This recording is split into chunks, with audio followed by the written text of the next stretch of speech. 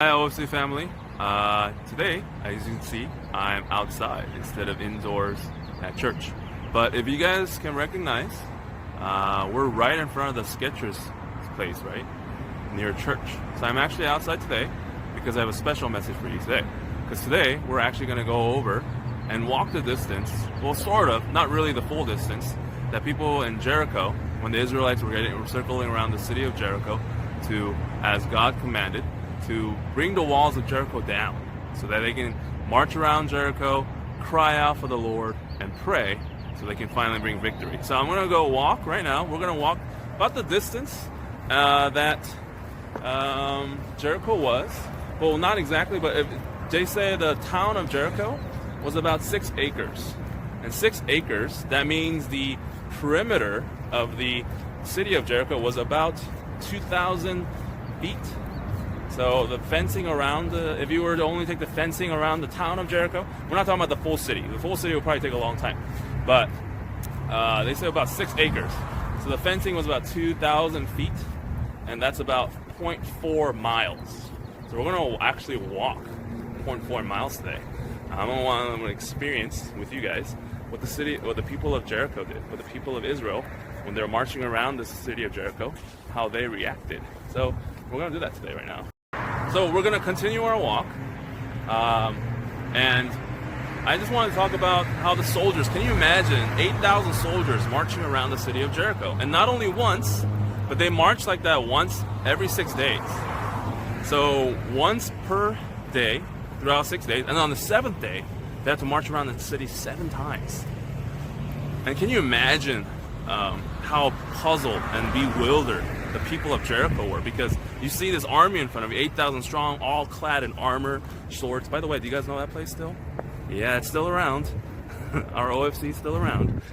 But continuing, our church is still there, guys. Don't worry, it is not going anywhere. Other places might be closing, but not our church. Just closed temporarily. But that's why Pastor here just wanted to show you guys. Even that sign, remember that sign I go to? Yeah, still there. Still there. But guys, if you guys remember when we went over this last year about how they were circling around the city, and on the 7th day they marched around the city 7 times. That means the city wasn't too big, because if you guys remember the story, the last 7th day when they were walking around the city for 7 days, they had enough time for the city walls to come down. So when the city walls came down, they went and were able to fight off all the soldiers that were in Jericho, right? And that means at most, they probably were able to walk around the city 2 to 3 hours, right? So they could walk around the city 7 times in one day and still have enough time in the day to fight. Can you imagine how tired the soldiers were that day? When they had to fight the people of Jericho after walking around the city 7 times. That's like, at most, if you think about it, that's like 21 hours of marching. And we marched around the city for 21 hours. Then you have to fight the people of Jericho. That must have been really, really. But God was with them, so they were able to succeed. And they obeyed God's commands.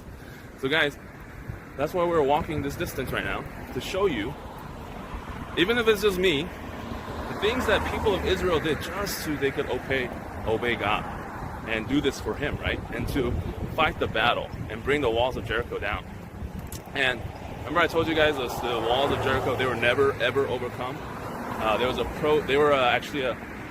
called it a city-state, where it was actually a city but like a small country. But the people of Jericho, they just kept to themselves.